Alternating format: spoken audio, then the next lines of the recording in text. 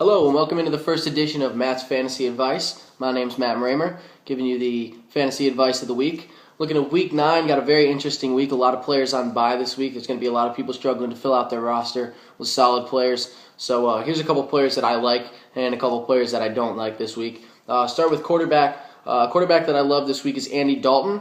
Talk about 3 weeks in a row with 3+ touchdowns, over 300 yards. You got a running game starting to pick up a little bit with Giovanni Bernard and BenJarvus Green-Ellis. And you take a look at Marvin Jones, the way he's been playing opposite A.J. Green, should open up some opportunities, if not for one of them, at least for the tight ends, Jermaine Gresham and Tyler Eifert. So that's one guy that I love. A quarterback that I don't like this week, Matt Ryan. You know, he had a really rough week last week against Arizona, 4 picks. He's only thrown more than 2 touchdowns once this year, and that was versus Tampa Bay, so I don't know if we really want to count that. Facing a very tough defense in Carolina, 9th versus the pass and 2nd in points allowed. So they give up just over 12 points a game. So not looking good for Matt Ryan this week. The possibility that Roddy White comes back, but still without Julio Jones, it's not a guy you want to be playing this week. When it comes to running back, we got a couple options. The one guy that I really like is Eddie Lacy.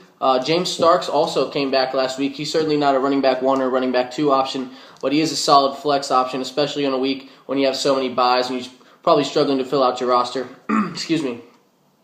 You look at the Bears' defense. They're 29th in points against. They've also just been decimated by injuries. You look at Henry Melton, DJ Williams, Lance Briggs is out 4 to 6 weeks. He says he's going to be back in about 2 to 3, but regardless, he's not going to be here for this one.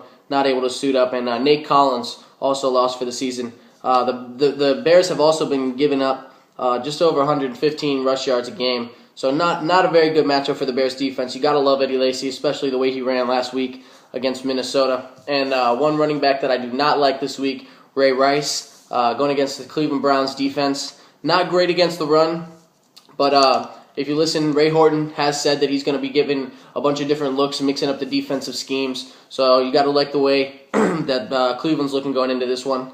Ray Rice only hit double-digit fantasy points twice this year, and he only had 1 fantasy point the first time versus Cleveland. He did get injured in that game.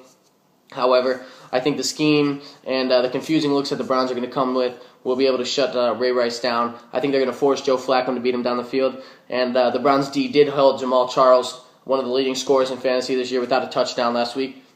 So that's a positive for the Browns defense. When you look at wide receivers, one wide receiver who I really like is Josh Gordon of the Cleveland Browns.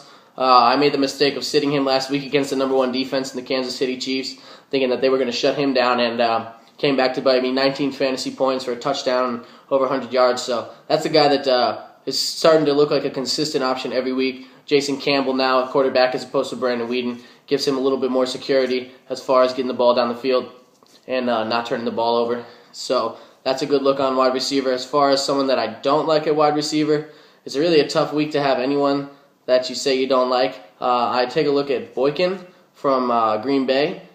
He's been having a very, very good couple weeks with James Jones and with Randall Cobb out. I see him slowing down a little bit this week.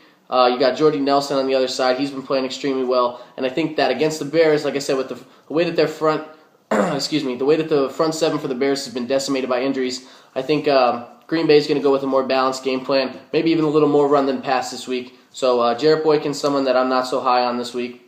Also, of course, the flailing stars that have been letting us down all year. We got Dwayne Bowe and Hakeem Nicks. Those are both guys that, are viable options as far as this week because we have a couple players on bye that are going to be difficult to replace in the lineup. So if you have those 2 and you need to play them, totally understandable. But Hakeem Nicks and Dwayne Bowe are 2 severe letdowns for this year. As far as defense and special teams, you got to take a look at the Browns this week against the Ravens. That's not somebody that a lot of people are going to have on their roster. Another team that I really like as far as defense goes this week is the Colts. They've really been stepping up lately, and they got a great matchup against St. Louis this week. So if you need a defense, you need to pick somebody up, take a look at the Indianapolis Colts. So that's our little Week 9 preview as far as a couple players that I like and don't like. This is going to become a weekly thing, so I'm going to have a fantasy update every week now. So tune in. Make sure you check out Matt's Fantasy Update. All right.